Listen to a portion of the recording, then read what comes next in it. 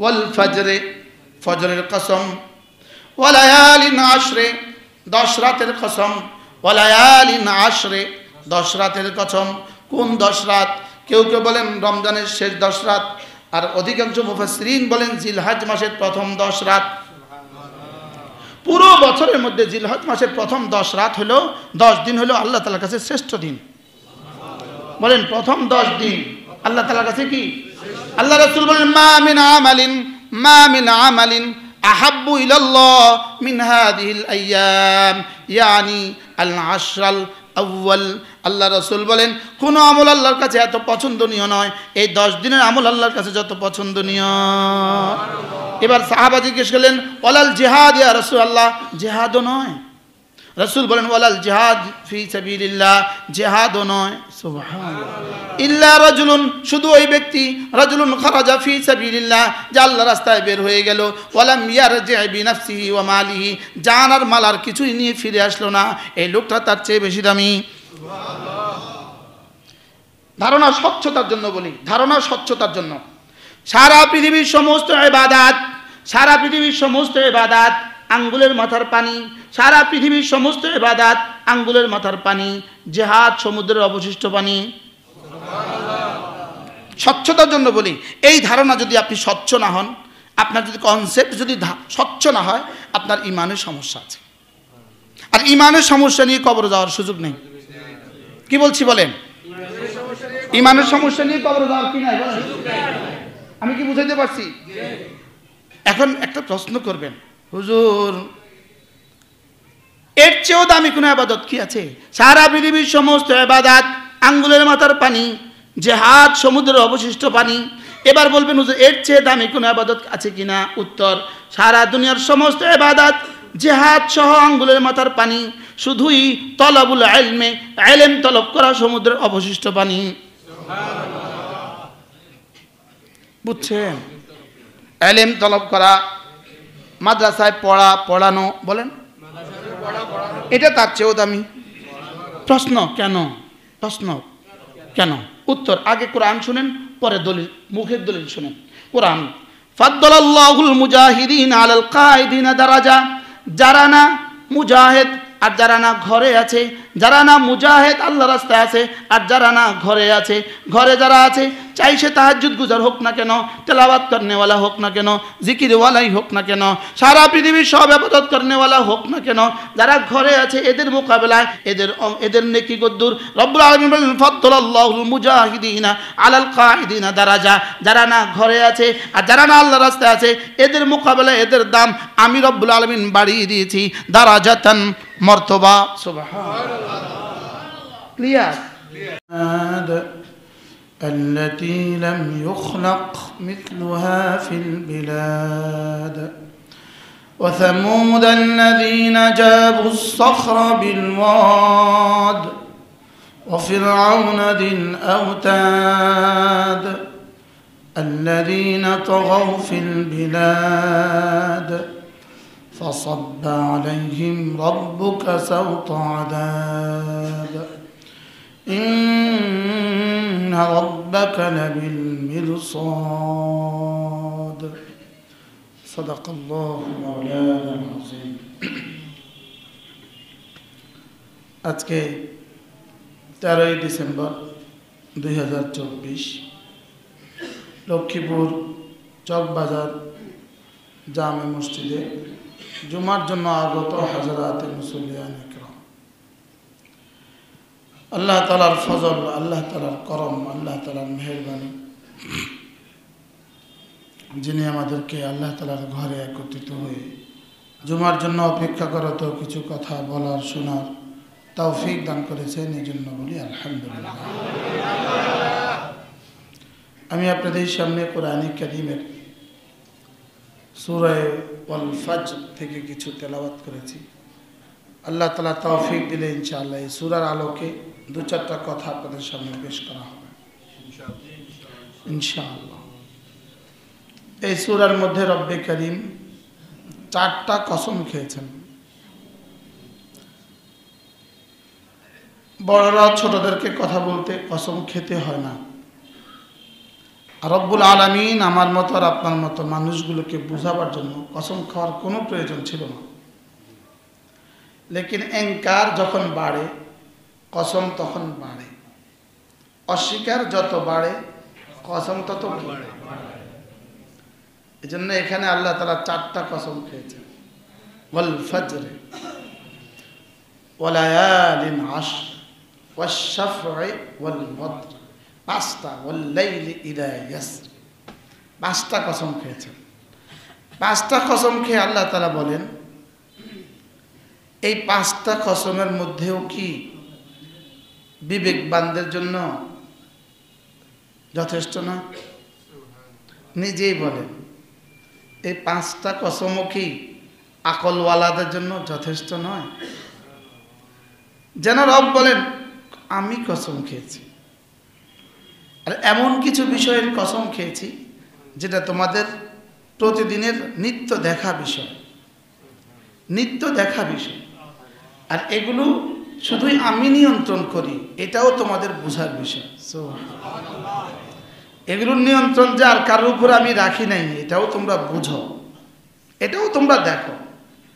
আল্লাহ তাআলা বলেন এই কসমগুলোর মধ্যে কি আকলওয়ালাদের জন্য কোনো সংকেত নাই? আকলওয়ালাদের জন্য, বিবেকওয়ালাদের জন্য কি কোনো কিছু নাই এর মধ্যে? আল্লাহ তাআলা বলেন যদি তুমি একটু বিবেক খরচ করো, একটু বিবেক চিন্তা করো, তাহলেই তুমি বুঝবা এগুলোর সত্যতা কত। আমি যেগুলোর কসম খেয়েছি এগুলো যেমন সত্য, তো তাহলে যে বিষয়ের উপরে কসম খেয়েছি সেই বিষয়টাও অবশ্যই সত্য।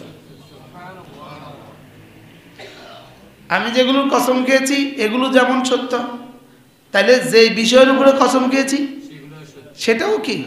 সেটাও সত্য। মানুষের জন্য আল্লাহ ছাড়া অন্য কারো নামে কসম খাওয়া জায়েজ নাই। মাখলুক খালেক ছাড়া, আল্লাহ ছাড়া অন্য কারো নামে কসম খেতে পারবে না। আল্লাহ তাআলার জন্য পারবে না বলতে তো কোনো শব্দ নাই। কি ভাই, আল্লাহ তাআলার জন্য পারবে না, এটা আল্লাহ তাআলাকে কে বলবে আপনার জন্য এটা হবে না? এই জন্য আল্লাহ তাআলা মাখলুকের নামেই কসম খান, নিজের নামেও কসম খান, মাখলুকের নামেও কসম খান, যখন যেটা ভাল লাগে সেটাই করেন। আল্লাহ তাআলা বলেন ওয়াল ফজরে, আমি ফজরের সময়ের কসম খেয়ে বলছি। ফজরের সময়টা সারা পৃথিবীর সমস্ত মতাদর্শী মানুষের জন্যই ফজরের সময়টা, এই সময়টা প্রত্যেকের জন্যই বরকতময়। সব মানুষ মনে করে, বিজ্ঞানও মনে করে, সায়েন্সও মনে করে, মেডিকেল সায়েন্সও মনে করে,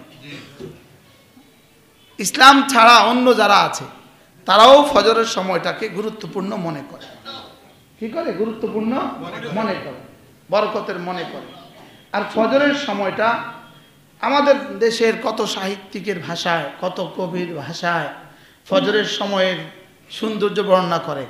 সকালের দৃশ্য, সূর্য ওঠার দৃশ্য, সূর্য ওঠার শিশির, সূর্য ওঠার কুয়াশা, সূর্য ওঠার সময়কার রৌদ্রের আলো, সূর্য ওঠার সময়কার পাখির কিচিরমিচির। কবির ভাষায়ও তো আমাদের দেশে কি আছে? হ্যাঁ, সকালের ভোরের আলো আছে না? নাই বলেন সকালের সূর্য। এই জন্যই তো আমাদের যেই পত্রিকা জাতির সবচেয়ে বেশি 12টা বাজিয়েছে সেটার নামও দিছে প্রথম অন্ধকার। আমি কি বলছি? প্রথম অন্ধকার। ওই পত্রিকাটার নাম কি বলেন? প্রথম অন্ধকার।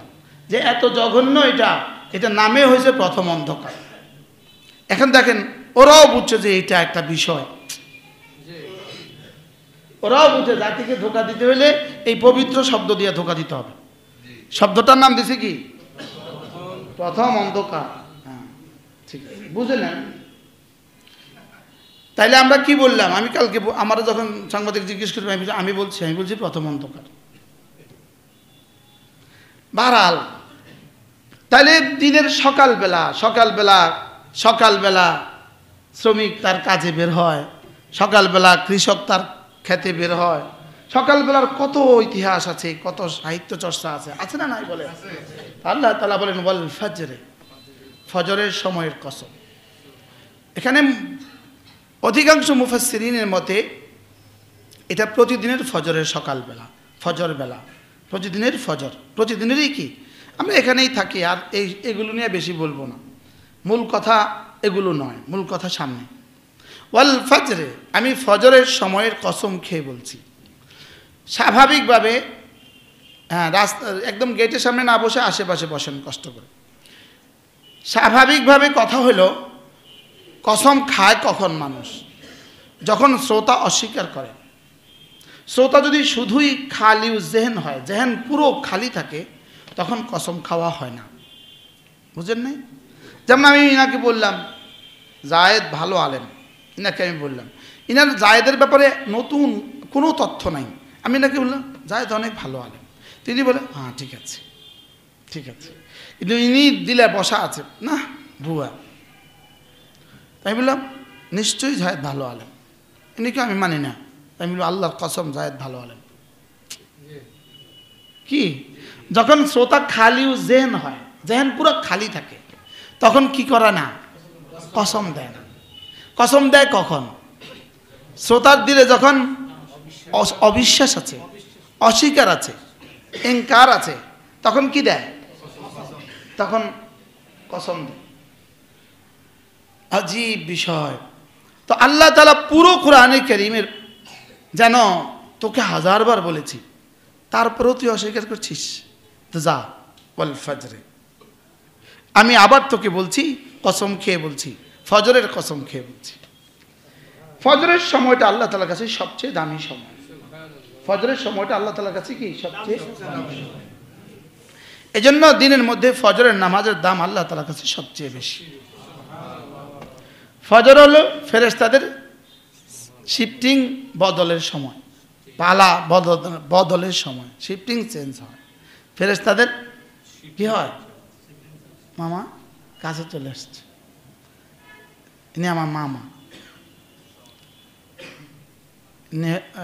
মামার নাম, পুরো নাম হলো মোহাম্মদ ইকবাল কবির, সরকারি কলেজে ছিলেন, এখন রিটায়ারমেন্টে আসছে।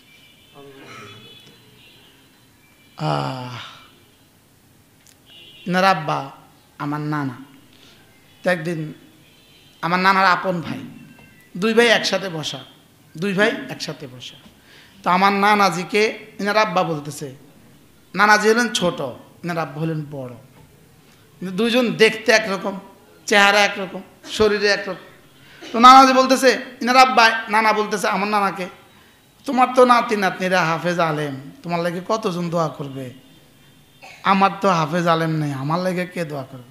তাই আমি বলতেছি না না আমি দোয়া করব। আচ্ছা সবার সামনে বলতেছি, আল্লাহ আমার দোনো নানার কবরকে জান্নাতের টুকরো বানাও, ওটার অংশ। দুপুরবেলা দুইজন খেয়ে একসাথে শোয়া, তোমার লাগে কতজন দোয়া করবে, তোমার নাতি নাতনিরা সব হাফেজ আলেম। আমি বলেছি না না আমি দোয়া করবো, আল্লাহ নানার কবরকে জান্নাতের টুকরো বানিয়ে। জি মাশা।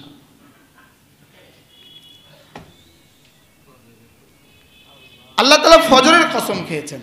কি কিসের কসম খেয়েছেন বলেন? ফজরের কসম খেয়েছেন। মেহমানকে সালাম।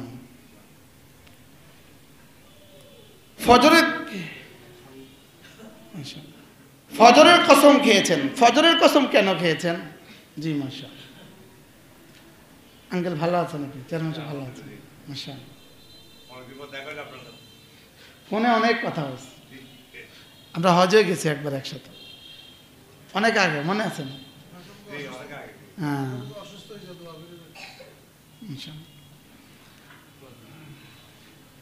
আল্লাহ তাআলা ফজরের কসম খেয়েছেন।